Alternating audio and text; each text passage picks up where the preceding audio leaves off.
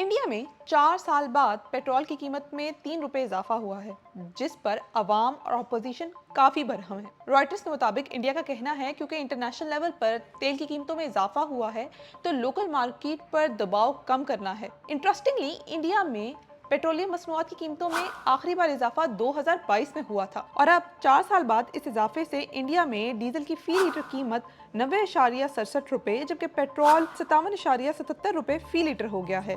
इस साल के आगाज में पाकिस्तान में पेट्रोल की कीमत तकरीबन 269 रुपए थी और ईरान इसराइल अमेरिका जंग की वजह से इसकी कीमत में मुसलसल इजाफे के बाद अब 414.78 रुपए फी लीटर तक पहुंच गई है। तो पाकिस्तान में पेट्रोल की कीमतों में मुसलसल इजाफा और इंडिया में इन कीमतों में इस्तेहकाम का रीजन क्या है? चले 3 बातों के जरिए इसको समझने की कोशिश करते हैं। पहला ये कि पाकिस्तानी हुकूमत ने पेट्रोलियम मसनूआत की कीमतों में हालिया इजाफे को डिफेंड करते हुए कहा है कि ये इजाफा IMF की शराइत की वजह से किया गया है। वफाकी वजीर पेट्रोलियम अली परवेज मलिक ने इंडिया में सस्ते पेट्रोल का हवाला देते हुए कहा कि इंडिया की अपनी 19 रिफाइनरीज सरकारी हैं।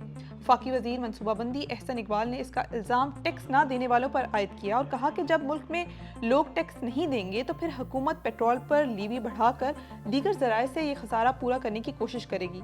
अब दूसरा पॉइंट, जो लोग भी तेल दरामद करते हैं उनको इसकी कीमत डॉलर में अदा करनी पड़ती है। गुज़श्ता 4 बरसों में पाकिस्तान में रुपए की कीमत डॉलर के मुकाबले में बहुत ज्यादा गिरी है, जबकि इंडियन रुपया मुस्तहकम रहा है, जिसकी वजह से उन्हें दरामद तेल की कीमत ज्यादा अदा नहीं करनी पड़ी।